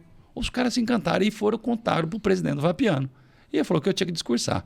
Gente, eu só queria dizer para vocês, pensa o seguinte, quem foi para a Europa ou para os Estados Unidos, quando você fala, você é do Brasil? Brasil, São Paulo, Rio, só existe essas 2 cidades. Imagina eu, num mundo como a Alemanha, falar Ribeirão Preto. Eles não sabem nem pronunciar isso. Cara, não é só isso. Às vezes eles falam pinguim. Não, muitos alemães até conhecem. O mundo globalizou, mas você imagina levar essa cidade. Por que não São Paulo? Eu tive que justificar. Top. Você lembra que eu falei atrás que mercado teste? Sim. Se eu passar aqui, eu passo em Curitiba. Se eu passar aqui, eu passo em São Paulo. Café. Tá aqui, pronto. Hard Rock Café tem o quê? Curitiba, Rio e aqui? Exato. Então, Ribeirão tem uma veia para o turismo gastronômico. É o que nós temos também, né? Não tem outra coisa. Nós não temos turismo ecológico, nada. Indústria também, não. É pouca indústria. Então, a gente tem esse comércio. Então, o Vapiano surge nisso, a gente discursa lá e tinha um alemão, um dos palestrantes que trabalhou na Lufthansa, falava português, que teve uma namorada brasileira e acabou ajudando e foi muito legal. Justamente porque a gente sempre teve dedicação com o cliente. Que top. Renato já deu uma abrangência, presta atenção no cronológico aqui. Fudido, empregado, para desempregado, carro batido. Capotado, PT, né? PT, loucura, cheque voador... Pega dinheiro de amigo, de coisa, vem para uma cidade que não conhece, monta uma franquia que ele tinha expertise zero, que se ele tivesse conversado isso com outra pessoa, talvez tinha dito o que ele disse pro Rogério também, você tá maluco. Vem para cá, o que acontece no começo? A pessoa não se planeja, ela aprende errando. Sim. Que é o mais caro. Sim. Você poderia ter perdido tudo, ter andado para trás de novo. Pior, chegou né? muito perto disso. Várias vezes, né? E isso é o mais comum. E isso é errado. Isso é o mais comum, mas é o mais comum. É errado, mas é o mais comum. Alexandre... Nesse processo, quando a gente se planeja, a gente aprende com o erro dos outros. Quanto custa você hoje, com a sua expertise, ensinar uma pessoa o caminho correto? Que você já passou por todos, você já bateu 10 vezes. Não que a gente sabe mais, mas olha só. Não, você aprendeu errando. Mas isso é muito caro, muito dolorido, é muito sofrido. Sim. É desnecessário. Por isso que vale. É como a comunicação que eu tenho com a minha filha de 7 anos. Né? Minha esposa Cláudia e minha filha Maria Luísa. Eu nunca relei um dedo nela. Eu já apanhei muito pela falta de conhecimento. Então, é a mesma coisa educar apanhando. Está errado. A gente faz melhor. Eu nunca tive na minha infância ou na minha juventude um empresário que palestrasse e que me desse uma tesão na vida. Me estimulasse de sair. Hoje o empresário ele contempla o seu conhecimento, sua experiência de vida. Para quê? Para trazer essa energia.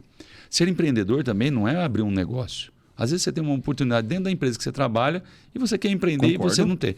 Então, a gente tem que empreender, não importa onde. Tem que empreender. Ok, vou na empresa do meu patrão. Eu tenho uma proposta para fazer para você. Isso eu aí. tenho esse produto aqui, eu vou tocar, vamos fazer? Vamos embora. Esse para mim é ótimo. É melhor ainda, porque é no CNPJ do cara. Porque ex-funcionário não tem passivo.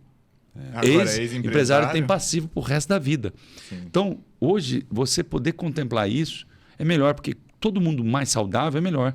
Quando você está saudável e o outro meio doente, a coisa não vai funcionar. Sim. Então, todo mundo bem saudável, o negócio, todo mundo vai rodar melhor. Muita gente, às vezes, olha para o concorrente como um problema. Talvez ele olhe pelo lado errado. Se ele está com mais movimento, vai lá ver. Vai entender o que ele está fazendo. Talvez você não esteja fazendo o que tem que ser feito. Com certeza. A gente cansa, a gente tem os seus problemas, o seu dia a dia, mas você tem que destinar. Então, essas oportunidades que dão hoje é muito melhor do que antigamente. Com certeza. Né? O conhecimento está disperso pela sociedade, né? Uma dúvida, quando você abriu o Vapiano, como você dividia seu tempo? Você falou, cara, eu estava carregando bandeja na cachaçaria, abriu outra operação gigante. Na verdade, já nessa época na cachaçaria eu já estava fazendo gestão dela, né? Eu tinha gerente, tudo essas coisas. A gente sempre foi muito promissor, assim, de precursor. Eu sempre tive vontade de ter uma empresa com melhores funcionários, então eu tinha uma psicóloga dentro da empresa, né? Fazia festa, fazia umas coisas bem diferentes, premiava. Então fui. E acaba também que no momento desse envergamento para o Vapiano, acaba uma dedicação muito maior minha lá dentro da operação e menos ali. Do Vapiano. Então eu acabo não fazendo uma coisa muito direita, tá? Eu tenho que falar. Porque eu deveria dividir o tempo um pouco melhor. Mas a demanda era muito grande. Você imagina uma franquia que a maioria dos produtos e insumos são importados, todos os equipamentos do Vapiano são importados. Barato! Nada a gás, tudo elétrico, 100%. Então é um grande aprendizado. Então hoje tudo, quando você começa a olhar, uma ajuda externa de um conhecimento, talvez ele não tenha a raiz do seu negócio, mas ele tem uma visão mais abrangente onde ele pode colocar a feridinha ali para você ver. Eu fiz a formação em coach e eu vou falar para você, fui muito cético com isso, sabe? Fui um cara, coach, né? Não entendia direito, né? Nem experimentei, mas... E eu fiz a formação. Cara, é espetacular. Você fez com quem? Eu fiz na Febracis. Fui na Febracis. Mas Febracis é do Paulo Vieira. Paulo Vieira. É ele que eu ia citar agora. Pode falar. E um amigo meu me deu de presente um processo de coach com uma menina. Aí eu falei, rapaz, vou fazer o que com essa mulher? Ela nunca trabalhou na vida. É Renata? Não. Aí eu falei, gente, vou nada, você não sabe nada, nunca trabalhou na noite. Eu fui uma sessão, fui 2, mas não rodou. E um processo é caro. Um bom profissional é caro, e ela não era barato. E eu não fiz o processo. Depois de anos, eu fui fazer uma formação em coach. E o coach tem muito disso. Ele faz a pergunta, essa é a obrigação do coach, só perguntar. Porque às vezes quem tem a resposta é você mesmo. Porque tem um outro processo, né? A mentoria, talvez. Aí é um outro negócio, é uma outra experiência que você pode até transportar para isso. Mas o processo do coach, se o coach sugeriu, ele não é coach. Perfeito. Jamais. Perguntas certas, né? Perguntas, eles falam perguntas poderosas, né? Renato, muito legal. Continua na sua trajetória. Você chegou no topo, explicou para as pessoas as dificuldades que você teve, o que te ensinou isso e o que te manteve ali no topo, quais as dificuldades que você passou mesmo estando no topo E aí você chegou na sua variação de mercado, ou seja, você não tem mais as coisas dentro de um cesto só. Eu ainda te perguntei a respeito de outros negócios que você tinha, que você já teve os outros negócios, não sei se você vai citar ou não. Vamos. Mas, de qualquer forma, a gente já está dando 1 hora de podcast, eu queria entrar nessa situação de hoje, pandemia, que vocês só apanharam. Eu acho que apanhou mais do que vocês, acho que foi cinema e evento. Não sei quem apanhou mais. E eu estava vendo um dado... E evento ainda tem um lance que ele não tem muito custo fixo, né? Então, apesar de tem uma diferença, né? Ele acaba não tendo gasto. E um dado da própria Brasel, que eu vi aqui, 45% dos negócios, dado de maio agora, 45% dos negócios, dos bares, fecharam. Fecharam na pandemia. E eu acho que eu até brinco, que eu falo que são 3 etapas. Pelo menos o pessoal que a gente conversou é o seguinte: quem estava saudável, endividou. Sim. Quem estava endividado, ou está quase quebrado, ou quebrou. Ou está quebrado. Então todo mundo andou para trás. Não tem como. Ninguém está estável. Todo mundo saiu da pandemia desse segmento com menos dinheiro. Salvo raras exceções de um cliente que a gente viu que ele cresceu. Ele começou a vender mais no delivery, por ser japonês, do que no salão. E ele entendeu que no negócio dele era mais rentável vender no delivery, porque ele não tinha o custo do salão. Sim. E o que eu vi é que quase que foi um aborto. Por quê? Você consegue fazer uma picanha na sua casa, mas você não é capaz de fazer um sushi na sua casa. Exato. Então, quem gosta de comida japonesa, cara, 1, 2 vezes por mês, esse cara acabava pedindo. Sim. De qualquer forma, todo mundo saiu pior. Mas quando a pessoa passa por dificuldade, ela aprende a gerir. Ela começa a olhar a economia da migalha. Sim. Ela começa a ter gestão. E aí que vem na linha dos painéis, Gabi, que você fez. Eu queria que você falasse um pouquinho como é que você ajuda com os dados esses empresários para conseguir enxergar e tomar boas decisões. Sem dados não dá. Exato. Na verdade, acho que o Renato vai saber falar até melhor do que eu. Porque o que acontece, né? A gente de restaurante, a gente acaba tendo muita tarefa, assim, apagar muito incêndio. Então você acaba, muitas vezes, não conseguindo olhar para o seu negócio de uma maneira gerencial. Olhar para ele e falar, cara, que dia que eu vendo mais? Que dia que eu vendo menos? Qual que é o produto que vende mais? Que produto que combinado? Qual que é a cesta de produtos que eu tenho mais dinheiro? Porque às vezes é igual ao supermercado. Às vezes o pão ele não ganha dinheiro. Só que quando ele vende o pão, ele acaba vendendo presunto, queijo, as outras coisas. Carninha magra. Exato. Então, o que no restaurante é o meu pão? Então, o que às vezes eu tenho uma margem baixa, mas eu vendo outras coisas? Sim. Às vezes a gente acaba não tendo tempo para isso. E muitas vezes, né, na nossa empresa, quando a gente traz em BI, a vantagem é essa, que eu trago os dados muito mais mastigado para o cliente. Para o pessoal que não sabe, Gabi, o que é um BI? Explica só um pouquinho e continua seu raciocínio. BI é Business Intelligence, a tradução para o inglês, mas nada mais é do que você pegar as informações, os dados que você tem no restaurante. Então, no seu sistema tem o que você vendeu? Tem. Tem os produtos que você vendeu? Tem. Mas começa a correlacionar isso. Então, traz para mim o que você vendeu, o que você vende mais de sexta-feira. Qual que é o garçom seu que vende mais o produto que dá mais margem para você? Praça. Qual é a mesa do seu restaurante que mais vende? Então, isso você acaba não tendo, porque o ERP ele é muito mais focado em trazer os relatórios para você específicos. E um BI não, a gente traz o que a empresa precisa. Eu queria que o Renato falasse isso, como que ele faz essa gestão de dados do restaurante, o que ele olha, quão fácil é para ele, como foi essa evolução dos dados que ele via antes para o que ele vê hoje. Um dado que tem muito valor para você. Boa. Você sabe que a gente fazia alguns raciocínios, justamente isso. Eu lembro um dos executivos do Vapiano, ele ensinou um neuromarketing na estruturação de cardápio, né? Do que aquilo que é considerado premium, aquilo que dá uma margem de resultado melhor, e como você posiciona ele, como é a leitura no cardápio, como ele vê, como o cliente primeiro olha, que ele olha, né? Tem os burros de carga que vai. O Gabi tem uma formação acadêmica justamente dedicada a essa área. Eu não tenho essa formação acadêmica, mas a gente tem pessoas que ajudam, mas a gente consegue olhar. O cliente hoje, você pode sugerir coisas que vão te dar melhor resultado e, ao mesmo tempo, você vai entender os dias e as facilidades que podem ter no processo do negócio. Então, o que é o negócio do pãozinho que dá chamamento? E o que é que vai te dar lucro? Então, você tem que estar mais ou menos amarrado um com o outro. Por exemplo, o iFood, né, olhando isso, você consegue fazer alguns combos, por exemplo, e você insere 2 ou 3 produtos que quando você vai fazer o food cost, como eu trato, né, o custo da mercadoria, vamos dizer que aquele produto vendo a R$100. Você falou? É o food cost, como eu trato. O CMV. O CMV. Como custo da mercadoria vendida. Isso. Então, vamos supor que eu vendo aquele combo por R$100. Tá. ele sairia 130, tá? Mas, na verdade, quando eu vou pegar o food cost, um tem 35%, outro tem 28% e outro tem 40%. Quando eu faço a média, ele dá 30 e poucos por cento. Falei, ok, eu dou uma vantagem e consigo. Mas o valor percebido para o cliente está no preço final. Sempre eu tenho que atrelar um que dá um custo mais alto e um custo mais baixo também para poder ser atrativo. Mas tem produtos que têm mais margem, né? E que as pessoas gostam.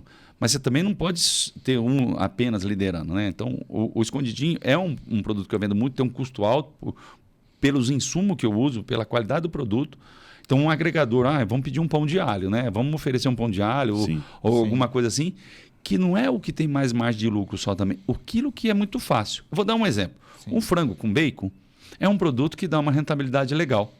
Você tem um valor agregado, mas o trabalho que ele lhe dá em fazer, cortar os pedacinhos de frango, do filé de frango, enrolar o bacon e espetar, essa mão de obra é mais cara até que o processo. Sim. Então, tudo que quando você vai fazer, vai promocionar, você tem que olhar também a produção disso aí. Sim. Então, quando você olha os números, aquela praça vende mais, tem praça realmente que vende mais, tem garçom que pode mudar de praça. Eu fui um garçom que nunca me apresentei como dono durante um bom período, porque eu consegui esconder. Eu não era de Ribeirão Preto. E ouvir a verdade na ponta, né? Não, claro que eu tive dificuldades, porque eu nunca fui garçom. A história que eu comecei é muito louca. Mas eu não fiz formação de garçom também. Eu aprendi a levantar bandeja só e foi embora. Eu sou um espirituoso, eu gosto de vender. Comprar e vender é uma coisa que eu gosto de fazer. E aí a gente vendia isso para o cliente, o atendimento com ele, explicando o produto na raiz, você vendia melhor. Então, vamos supor, né? Me dá uma soda com limão e gelo. Tá, eu falava, fatiado ou espremido? Eu já eliminava um prazo. Ou ele falava, me dá uma soda. Fala com gelo? Gelo e limão?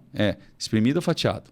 E ainda fazia fatiado, espremido. Usava esse gesto. Eu eliminava um processo. Então, o meu tempo era otimizado com isso. E eu sempre fui o melhor vendedor do meu bar. Eu só perdi uma ou duas vezes para o Pércio, um menino que foi gerente durante muitos anos comigo, foi garçom, virou gerente, não está mais comigo, mas está na carceria de Sertãozinho. E eu não falava que eu era o dono, mas eu me dedicava. Até que me colocaram numa praça ruim pra caramba que a gente trata, né? Na curva difícil, e ali mesmo eu consegui vender, justamente por conhecimento também. Então, eu acho que muita coisa hoje a gente consegue entregar isso para o colaborador de que forma que ele vai. É óbvio que está mudando, hoje tem o tablet para pedir na mesa, e aí você vai sugerindo. Sim. Hoje você pode tentar fazer esses valores agregados. Uma consultoria, então, o Gabriel ele não tem um acesso, vamos dizer, aos custos. Ele vai pegar um BI, vai pegar as informações e falar, Renato, olha, você tem esse carbonara, esse aqui é o que mais vende. Como é que estão os custos disso aqui? Putz, isso aqui está alto. Então, vamos fazer o seguinte, vamos melhorar aqui, vamos botar esse produto aqui com esses vendem bem. Perfeito. E aí você melhora o custo. Perfeito. Mas mais do que isso, neste processo, nós estamos com essa cerveja, eu te vendo um produto. Fabricar essa cerveja tem uma série de produtos, tampa, garrafa, tinta, cevado, tudo nesse processo. Isso é mais complicado. E o nosso negócio é isso. Exato. Então, quando você... Eu vou contar uma rapidinho com queijo grana padano que a gente usa no Vapiano. Eu tenho um padrão, é um queijo caríssimo. E eu escolho, não troco, porque o prato fica diferente. E eu percebi, no prato tinha muito queijo, porque não era a fatia que a quantidade por cima que era o problema. As fatias se grudavam uma na outra. Então, em vez de ficar uma fatia, ficavam 3 fatias ali. E aquilo, para forrar o prato, naquela ideia que o funcionário estava colocando, dava muito mais. Um simples movimento, mas um trabalho maior. Eu fatio o grana padano, porciono ele agora, porque já foi estudado esse prato por eles. E muito estraga, pouco também estraga. Então tem a quantidade ideal. Foi pensado. A estrutura do Vapiano é um negócio fantástico, igual da carceria, pensado. E eu já tive uma redução enorme. Porque mesmo que ele pegasse a pazinha medidora que a gente fala, ela vinha muito mais do que deveria vir porque tinha fatias unidas. Entendi. E aí todo mundo na operação ali, às vezes não identificou esse problema. Então você está externamente, por isso que uma consultoria, ele não está... sabe aquela paredinha quebrada da sua casa que está ali? Você não acha ruim? Mas quando vem uma visita, você não sabe. Mas fala, rapaz, não vai arrumar aquela parede, não? Sim. É isso. Então eu falei para meus meninos, falei, olha, eu não quero ter razão aqui. É o que eu menos quero ter, é razão. Mas se eu tiver, eu tenho que passar para vocês. Eu estou aqui para colaborar, para a gente fazer um resultado. Sim. Na amostragem já deu 18 quilos a menos de consumo. Caraca. R$ 1.800. Caramba. Um pouquinho mais. Entende? Show. Então, Show. então o nosso negócio ele tem muitas variáveis. Um filé mignon que pode dar uma perda. Então, Conta da panceta que você me fala. A história da panceta eu acho muito boa. Na verdade, a panceta todo mundo acha que é barato. Tá? E a carçaria tem muita coisa com suíno. Então, lá atrás, olha só que interessante. Já em 97, eu já pegava um caderninho, né? Pedia para o pessoal pesar. Vamos pesar porque sumia. Eu comprava no açougue. Eu comprava lá no Ipuã, lá na Avenida do Café, trazia lá com o Geraldo, que é dono da Multibife, lá em Brodowski. Eu comprava a panceta e dava um nada. Falei, rapaz, estão metendo a mão em mim. Carne crua e cozida. Só que a panceta tem 3 tipos de coisa. Panceta, torresmo e pururuca. Pururuca é pele, torresmo é gordura e pele, e panceta é pele, carne e gordura. Perde-se muito. 75%, 70% de perda. É isso mesmo, Alexandre. Do peso. Então, Absurdo, se você né? comprar a panceta por R$20 o quilo... É o maior que eu já vi. Eu realmente Mas não sabia. ele é o maior. Porque a gente fez isso para uma lanchonete. Peixe, carne de vaca, porco e frango dava 25% na chapa. Sim. Sim. E o cliente não entende. Eu acreditei que era o mesmo, mas é porque o processo de cocção é outro, né? Não é chapa. Não, mas mesmo independente disso... Porque a gordura liquefaz ali. Exato. Sobra muita gordura dali. Perfeito. E aí, quando o cara vai precificar... Já joga pra fritadeira. O cara vende no bar, gente, vocês que vão em boteco, come aqueles torresmos, tudo que é barato. O cara vende por R$7 um pedação daquele, ele está pagando para trabalhar. Algum dos propósitos nossos, assim, que o Gabriel falou da Brasel, é tentar trazer conhecimento para esse pequeno empresário. Para quê? Para que ele conheça do negócio dele e precifique melhor. Qual a vantagem? A vantagem é que o grande e o pequeno vão estar precificando melhor e todo mundo vai ter que ser melhor remunerado. Perfeito. Então, o processo de cocção, olha que coisa louca, né? Você falou, a carne é isso aí mais ou menos. Aí a cliente ligou, mandou uma reclamação, o Vapiano tem um padrão de porção, 70 gramas. É muito ou pouco, não importa. Você multiplicar por 7, são 490 gramas, é meio quilo, quase uma porção gigantesca. Ela reclamou, mas não veio tudo isso aqui, veio menos, eu pesei aqui. Falei, senhora... A tolerância é 70 gramas, é isso que você está dizendo? Não, a gente pega a carne, a gente marina e porciona 70 gramas. É uma porção padrão do Vapiano. E elas são pedaços, são isca, porque o tipo de prato nosso não dá para colocar um medalhão. Tá? Então, por isso que ele é em isca. E ela reclamou. Eu falei, olha, senhora, deixa eu explicar. A gente trabalha com um padrão assim. Sou sistemático com isso. Quando vejo, eu quase infarto. Mas veio menos, eu pesei, mandou até a foto. Falei, eu entendo, senhora, só que tem um fator cocção. Mas você... Eu falei, olha, eu estou há um bom tempo no negócio, tenho outra franquia, conheço outros donos de restaurante, ninguém pesa mais. Vamos supor que é 70 gramas, ele pesa 150 gramas para chegar no 70 gramas, ou 100 gramas para chegar no 70. A gente não pode fazer isso porque também varia muito de proteína para proteína. Se você pede bem passado, perde mais líquido. Então não tem como. Então eu faço... assim, e a maioria faz assim. Ela acabou não compreendendo. É óbvio, né? Jesus Cristo não agradou todo mundo, mas eu fui extremamente sincero e verdadeiro com ela. Falei, se você quiser visitar a nossa cozinha aqui, eu faço com o maior prazer, a gente abre a câmara fria e pesamos para a senhora. Isso é importante. Eu aceito o seu feedback, mas toda vez que a senhora comprar, vai ter essa diferença na pesagem, não vai dar. Porque ela está em casa. Aquelas balancinhas digital custam R$25 nessas lojas de utilidades. Ela pesa ali e ela determina, você entendeu? Mas o que você está falando é que você chegou num ponto que a padronização para você, de repente, é a ponto de eu dizer não para um cliente. E tem que ser assim, padronização é isso. Se você chegar no Carrefour e pedir um desconto no saco de arroz, ele não vai te dar, ele vai falar, ou leva ou não leva. Exato. Então, você só chegou, manteve margem, conseguiu se estabelecer e crescer porque tem controle. Padrão, tem controle, né? Tem padrão. E isso não é simples, não é fácil, não acontece do dia para a noite. A gente resumiu aqui em pouco tempo. Mas, querendo ou não, os que saíram da pandemia se estruturaram, olharam mais para a parede quebrada que você falou, que é o detalhe que a gente tem que olhar. Então, de repente, um torresmo que eu estou perdendo dinheiro, um grana padano que eu estou perdendo dinheiro, faz a diferença no DRE no final. Totalmente. E pode distinguir entre a empresa estar salutar ou a empresa estar quebrada. Você sabe que nessa história toda, né? Eu lembro que o João Bosco, ele me chamou lá na UNERP, no Barão, ele é do Sebrae, chamou para dar uma palestra.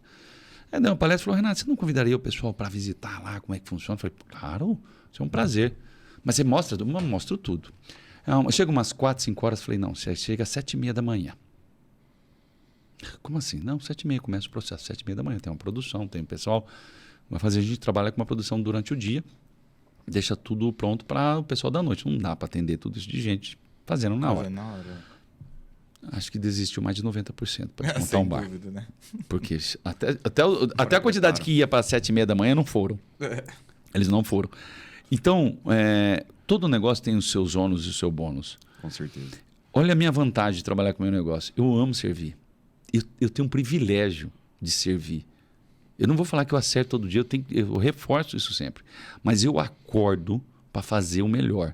E mais, esse é um meio clichê, né? Tem dia que eu estou ruim pra caramba, cheio de bombas atômicas. Segura Brasil, um nego desesperado me ligando. Eu estou fodido igual o cara, talvez até mais. Mas eu aprendi um ditado. Sempre, a nossa gripe vai ser pior que o câncer do outro. A gente acredita que o nosso problema é maior que o do outro e não é. O nosso problema é do nosso tamanho, nós criamos. Porque nós temos a mania de ficar culpando o governo, que tem que pagar imposto, nós culpamos o funcionário, nós culpamos nossa mãe, a avó. Nós temos crenças ruins. A gente não se culpa, porque a gente não deu certo, porque não. E eu, que nasci pobre, eu tenho uma vantagem com relação do rico. Eu saí na vantagem, ele não saiu. Eu não tenho nada. Se eu tomar, eu estou tomando essa cerveja, que horas são agora? São 6h40 da tarde. De uma sexta-feira. Eu tenho um privilégio. Eu tenho um privilégio de poder contar um pouco do que a gente vive diariamente. Esse é um privilégio. Como é que a gente conquista isso, né? Então, essas coisas na vida que vão aparecendo para a gente, abraça de todo jeito. Eu lembro a Price Waterhouse, Water Company, né? WaterhouseCoopers. WaterhouseCoopers. Maurício me liga, Galhardo não é de uma outra empresa de consultoria. Maurício me liga, Renato, você pode fazer uma palestra? Eu falei, posso. Onde vai ser? É um projeto social, chama Projet, lá no SEB e tal. Eu falei, não, perfeito, vamos lá. Eu falei, quem vai? Ele falou, Maurílio Biagi e o Chain. Eu falei, não vou mais. Dividir o palco com ele? Né? Eu falei, não vou mais. Aí eu falei, não vou não. Por quê? Eu falei, não, rapaz, eu vou derrubar o PIB. Vai desgraçar o PIB, vai dar negativo, bicho. Pior que pandemia e guerra junto. Falou, não, a gente quer saber de história. Um projeto social muito bacana que esses caras fazem. Muito legal também. É muito diferente. Só para crianças carentes, com nota boa, que se dedica, assim, não é que é escolhido, mas quem se dedica na escola sai melhor. Eu estava nessa palestra. Você estava? Foi onde eu te conheci a primeira vez. Com o Maurílio Biagi, estava lá? Sim. Olha aí que louco. Então, o Gabriel, acho que é a primeira vez que eu conto essa história com uma pessoa tão próxima e que esteve presente. Porque, como eu disse, eu nasci pobre, então eu tenho uma vantagem do rico. Porque eu nasci sem nada, o rico tem que continuar rico. Se ele não continuar rico, ele é um fracassado. Usou o dinheiro do pai, não soube. Às vezes o pai mandou fazer uma coisa que ele nunca amou. Ele quis fazer outra coisa. E acaba atrasando um pouquinho, aí vem a moça e fala, não, o Chain está chegando aí com uma surpresa. E o seu Maurílio, cara, depois pesquisem, Malbisa, e veja o currículo que esse homem tem na história da vida dele. É um negócio espetacular. E humilde. Nossa, meu Deus do céu. O senhor Maurílio, ele foi vice-presidente das Olimpíadas, tá? Que nós tivemos aqui. O presidente era o Nussmann, ele foi vice-presidente. Mas cargos, assim, sensacionais. De repente, chega o tal de Augusto Cury. Eu posso ser sincero com vocês aqui, eu não sabia muito bem quem era o Augusto Cury. Eu sabia que ele escreveu uns livros aí, mas eu não tinha profundidade sobre isso. Simples no último também. Rapaz, todo mundo aplaudindo e tal, aquela molecada. Eu falei, rapaz, vamos embora, né? Sentou eu, Maurílio Biagi, Chain e Augusto Cury na plenária. Falou, eu vou afundar nessa cadeira aqui. E aí, o Augusto Cury também é um cara bom de fala bem, tomou bastante posse da palavra, falou pra moçada, foi tido como louco e um monte de coisa, tal, uma história brilhante. E ele conta uma história, não me lembro ao certinho, mas era assim, o cara era um empresário milionário, que só viajava, só trabalhava. E a filha, papai, você só promete, férias, nunca cumpre. Não sei se tem isso em livro dele, não sei se foi uma história que ele contou, e se é verdadeira. E ele promete para a filha que vai tirar as férias no outro dia. Estão embarcando no outro dia, na companhia aérea dele, E toca o telefone, ele atende o telefone e fala, alô, não sei o quê. Filha, o papai já está indo no segundo avião. Pode ir indo que o papai está chegando. Não, papai promete. Algumas horas depois, recebe a notícia, caiu o avião, morre a esposa, a filha, perde tudo. Chaim conta uma história brilhante. Lembre dessa historinha que eu contei agora do avião. Conta uma história brilhante. Cara, o cara... assim, espetacular, veio do nada também um negócio, um profissionalismo, o cara também de resiliência, não desistiu. Sim. Ele conta uma história que ele pula dentro do Colégio Objetivo lá, fica escondido lá para falar com o Digênio, que faleceu recentemente, que é o fundador do Objetivo. E aí eu conto minha história e o seu Maurílio encerra. E ele fala, olha, eu queria parabenizar o Renato e o Chaim pela história, de onde eles vieram, a riqueza que eles trazem. Também queria dizer que eu estudei junto com os colaboradores do meu pai na usina, então tive que estudar, eu fui me galgando dentro da empresa, fui trabalhando. E eu queria dizer para você, Augusto, de olhos marejados, de voz embargada, esse cara sou eu. Do trabalho. Do trabalho. Caramba. Dedicou demais, porque ele fala do currículo dele. Sim. Muita gente talvez não conectou. Aquilo ali me conectou porque insanamente, né? Uau. E aí você começa a fazer um filme, né? Do que eu fiz. Como eu disse para vocês, fiz 26 anos de noite. Eu virei mais muita noite sem dormir, mais muitas. Virado mesmo. Porque eu ia antes de ter esse fornecedor de mandioca aqui em Batatais, eu ia lá em Estrela do Norte, lá de Prudente. Eu andava 550 km para ir, para voltar sem dormir. Batia sábado, voltava domingo. Via minha mãe, 8, tchau. E aí esse equilíbrio. O empresário novo, ele consegue direcionar, ele consegue dividir competências para outras pessoas que são melhores que ele. Sim. Talvez se eu pedir para o Gabriel fazer uma planilha, ele vai ser, eu faço até, vou sofrer. Se eu não souber fazer, eu vou entrar no Google, vou me ajudar, mas o Gabriel vai fazer rapidinho. Eu tenho um meu ex-sócio que eu gosto demais dele, que é o Carlão, que nós tivemos em Milwaukee. Não que eu não gosto dos outros, mas a gente se identifica muito. É o Carlos Montefeltro. Eu gosto muito dele. Ele me completa. Ele tem um perfil que me completa. Ele é dominante conforme eu fiz a devolutiva para ele. Eu sou influente e dominante. E ele é muito bom com número. Então ele me completa com isso. E também com pessoas. Não, mas assim, se você falar assim, Carlão, vai lá na mesa resolver o problema. Ele não vai. Manda o Renato. Entendeu? Entendi. Então, quem vai fazer a planilha? O Carlão. E é tão louco que ele fazia um DRE, entregava uma puta de um DRE, além de todas as informações muito criteriosas, ele fazia um breve relato. Tá. Para aquele que é leigo, ter uma facilidade para entender. E eu, na devolutiva com ele, do perfil comportamental dele, eu falei, Carlão, vou fazer uma pergunta para você. Se é o Renato fazendo aquilo, ele tinha que ter umas 30 ligações de todo mundo. Caralho, Renato, que porra de planilha top, que DRE, mesmo que tivesse uma merda o resultado. Tá. Que era um verdadeiro, mas esse é do perfil do influente. Precisa disso, você gosta dessa... mas hoje eu não tenho essa disponibilidade, tanto é que pela Brasel, se eu fosse assim, eu já tinha desistido, né? Sim. Mas olha só, eu falei, Carlão, eu vou fazer uma pergunta com uma afirmação. Falei, se ninguém responder lá, falar, Carlão, obrigado da informação, tá uma porcaria. Ele tá cagando. Não é o do perfil dele. Então hoje nós empresários precisamos contratar gente com perfis para as funções. Sim. Complementares. Eu tive um funcionário que trabalhava no meu funcionário financeiro. Tinha 2, um na Caixa Salina, tinha 4. E 2, veio a pandemia, ficamos com 2, tal. Só que um rendia muito menos que o outro. E ele veio conversar comigo. Padrão, posso conversar com você? Já sabia que alguma coisa ia ser uma demissão. Mas antes, eu tinha feito o perfil comportamental dele. Ele não tinha nada de conforme. Ele é influente, estável. O estável, ele escuta muito, ele é um cara que fica preocupado com você, ele pouco se expressa, tem um perfil dele. Ele falou, estou fazendo um curso de mais aprofundado financeiro. Eu falei, Donaldo, faz isso não, rapaz. Vamos pensar em outra coisa. Eu estava querendo promover ele para o salão, para cuidar de pessoas. Sim. O perfil dele é o quê? Influente, estável. Então, um cara ele escuta.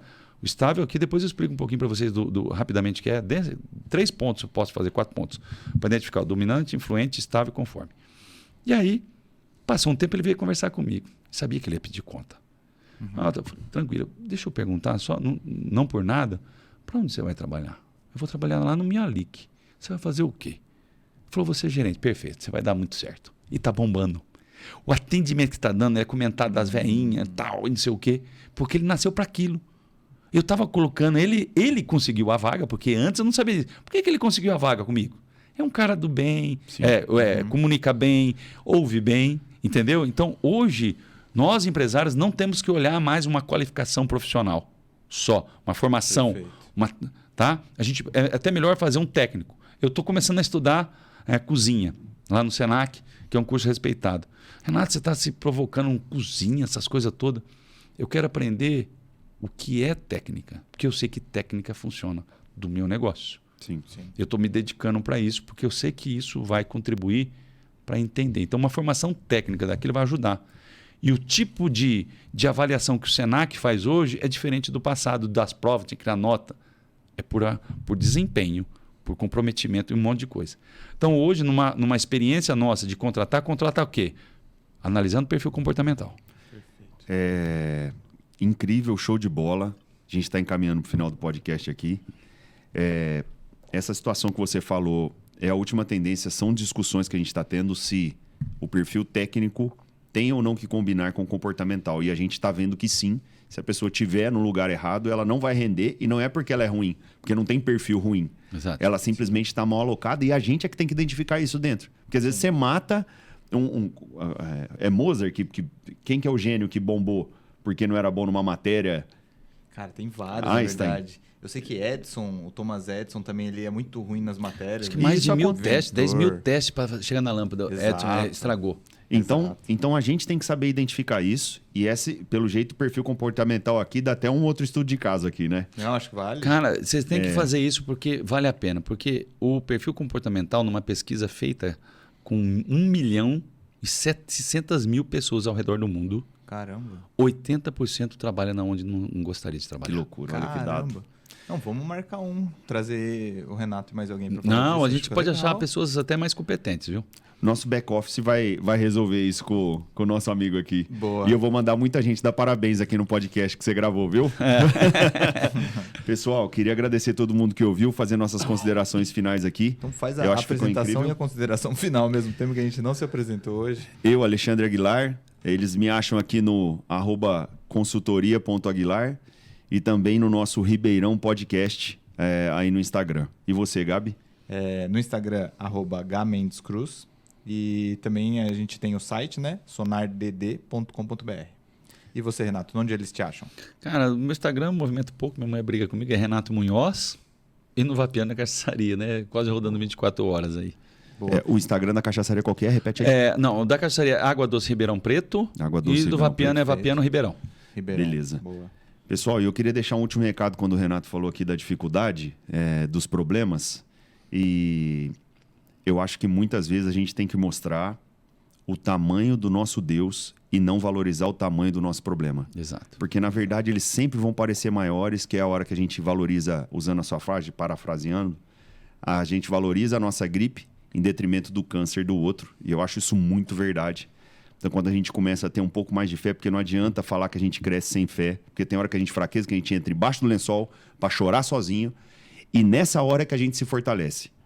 Então, eu acredito que quanto mais fé eu tenho, mais eu estudo. É lógico que a gente tem que se preparar para a oportunidade, mas mostrar o tamanho do nosso Deus para o nosso problema, eu acredito que esse é um motor para a nossa vida aí.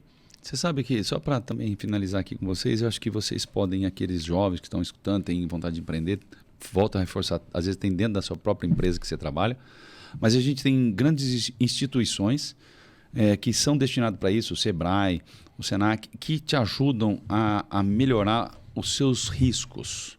Eles vão continuar existindo. Mitigar, né? Você vai.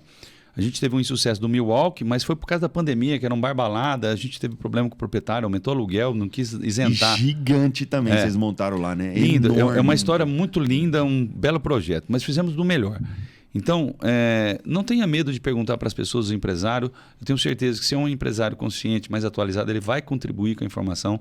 Talvez ele vai dizer para você que não será fácil, né? Mas precisa de dedicação. Acho que conhecimento vai ajudar. Mas também, se você não se dedicar, você vai ter que envergar igual o bambu. Mas você não pode quebrar, porque quebrar é o desistir. E qualquer um desiste. é o mais fácil de existir, entendeu? Então, eu falo, aproveitem dessas informações de um podcast, de vídeos, também filtre, tá? Porque tem muita coisa aí que a gente sabe que não é verdade. Porque empreendedor de palco. É, né? E é muito maior. E tente fazer aquilo que você se encaixa melhor. Tá? Existe na internet aí teste gratuito da teoria DISC. Isso vai ajudar você a entender um pouco melhor você. Que com 47 anos de idade eu descobri quem sou eu. Porque o influente dominante tinha todas as características minhas. Então isso me facilita. E ser inteligente, o empreendedor, né? Porque tem o gestor, né? O empreendedor e tem o executivo. Então, se você é um empreendedor, arrume um bom gestor e um bom executivo para ele poder fazer e você vai fazer grandes negócios. Incrível. O próprio Paulo Vieira, ele foi num podcast que eu gosto muito também, se eu não me engano foi do JJ, né? Foi. E ele falou que ele denomina muito que o orgulho é a raiz de todos os males. Ele fala isso inúmeras vezes. E aí ele fala que ele entrou na sala para poder falar com os empresários, lá muita gente na sala ouvindo ele, lógico. E aí ele pergunta, ele fala assim, quem é orgulhoso aqui? Levanta a mão. Ninguém levanta. Ele fala assim, já que vocês são empresários, então, que vocês são bem-sucedidos... E não são orgulhosos... Eu tenho certeza que você tem um domínio total dos seus números. Eu tenho certeza que você tem um DRE perfeito, um CMV perfeito, um desenho de processo perfeito, porque você não tem uma consultoria financeira. Você é bom em tudo, não é bom em tudo? Você não é pica? Então você tem isso, porque senão você não tinha conseguido gerir seu número, né? E aí, quem aqui tem consultor financeiro ou tem todos os números? Ninguém levantou a mão. Aí ele falou assim, e agora? Quem é orgulhoso? Então, na verdade, a gente só faz uma... mão, Ah, né? lógico. Mas aí você é ser inteligente, você achar gente melhor que você, esse é o segredo do sucesso. Com certeza. Senão você não cresce. Pessoal, muito obrigado. A paciência de todo mundo que ouviu, o tempo que você ouviu. Agora a gente, na nossa rede social do Ribeirão Podcast, na bio aí, tem o Spotify e o YouTube. Curtam a nossa página, seus safados, por todo esse conteúdo que você teve hoje. E agradeço muito a audiência de vocês. Obrigado. Valeu, pessoal. Valeu. E tchau.